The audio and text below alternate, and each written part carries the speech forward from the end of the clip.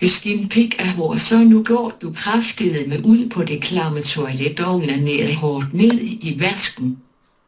Så går du over og onanerer foran kassedamen og siger, min pik er hård, så den.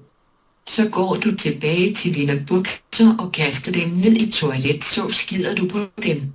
Så prutter du kunderne i hovedet og lægger en dej ned i deres indkøbsposer. Så barberer du dine baller og putter hår ned i posen. Så smider du en skraldespand i hovedet på en kendt person. Så prutter ned i en mikrofon og siger rockmusikstyre. Så er du sej.